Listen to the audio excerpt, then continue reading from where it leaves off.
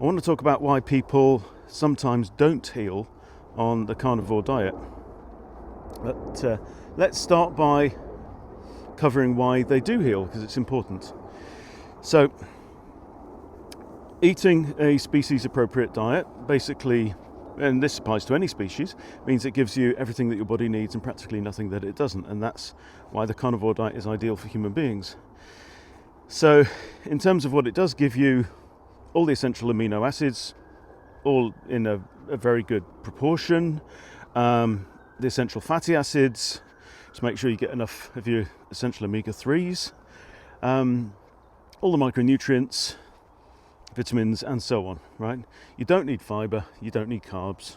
That's it. You need very little vitamin C, really, compared to what the dietary guidelines tell you, because vitamin C competes for entry into cells with glucose, uses the same pathways, and when you've not got high blood sugar, you don't need so much vitamin C. That's why carnivores don't get scurvy. Okay, so far so good. Let's talk about the things that you don't need, that a meat-only diet doesn't include. So the most wanted omega-6 fats, obviously from the seed oils. They're pro-inflammatory. They take forever for your body to break down. It can't really metabolize it, can't really use it for fuel. Your body might use some, like linoleic acid, for some very minor structural things, but on the whole, you can't make use of these things. They just get stored. That's why I think Americans' body fat is now approaching 20% linoleic acid. This omega-6 fatty acid that is like sometimes it can make 60 or more % of some of these seed oils, right? Horrible things. You've got all the toxins and anti-nutrients. So you've got obviously oxalates, tannins, which are anti-nutrients, lectins. There's nearly 100 different types of these, including gluten, for example, best known. These can damage the lining of the gut, creating gaps through which some stuff, including lectins themselves, can get through into your bloodstream that shouldn't belong there, because the gut wall should keep them out. And lectins, being glycoproteins, can attach to the cells of your body, causing reactions that basically what we end up with is autoimmune response. It's not your body attacking itself. Lectins are horrible. You don't need them. There's loads of anti-nutrients, and there's other molecules that you get in the plant kingdom, like phytosterols, that mimic, well, they're not actually mimicking cholesterol, but they have a very similar structure to cholesterol. And when your body tries to use these things that look like cholesterol is the animal kingdom's version, right? Basically, really useful structural molecules. When your body tries to use these to make sex hormones, to make cell walls, to make vitamin D, it doesn't work very well. So, all these drinks that say lowers cholesterol, yeah, they do, but not for a good reason anyway. So, carnivore diet doesn't contain all of that stuff.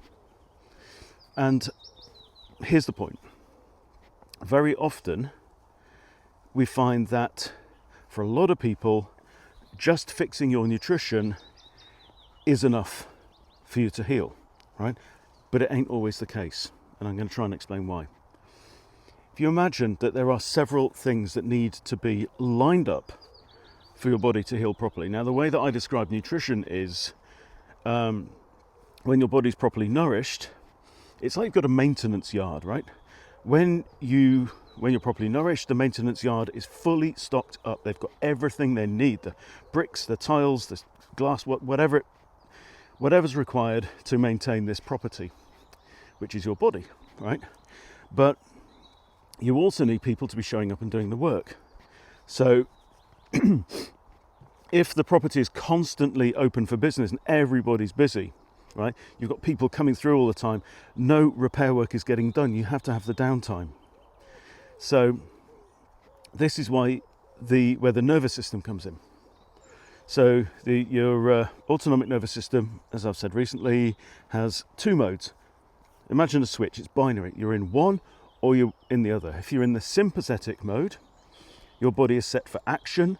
It can only break stuff down, and your stress level will be high because this is your survival mode. The body's concern is only protect the individual, ensure your survival.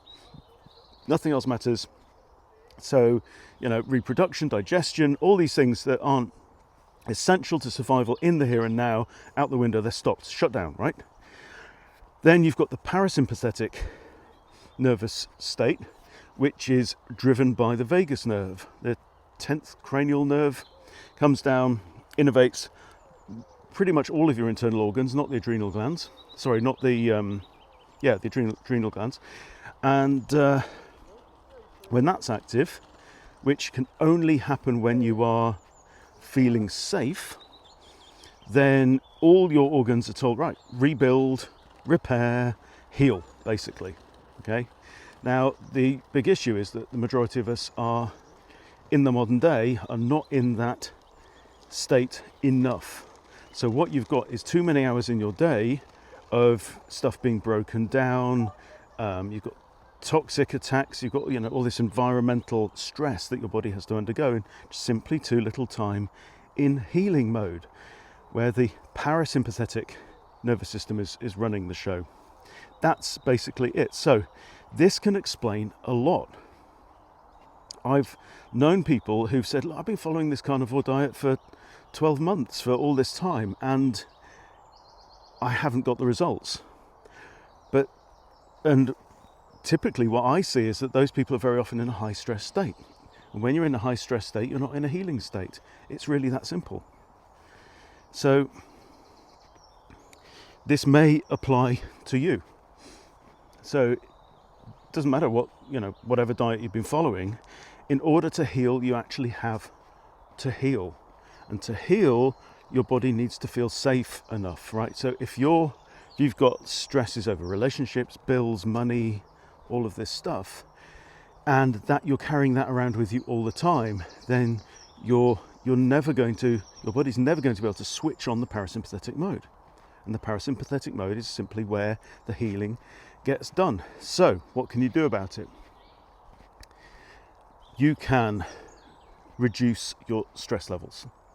So spend time in nature. I am grounding right now, walking in nature, which I do every day.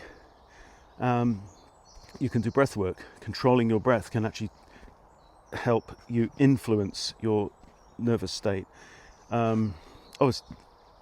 Hugs, human contact, listening to music, prayer, massage. There's loads of things that you can do now, but you need to be doing enough of that in order to reduce your stress levels so that your body knows it's safe enough to get into that mode.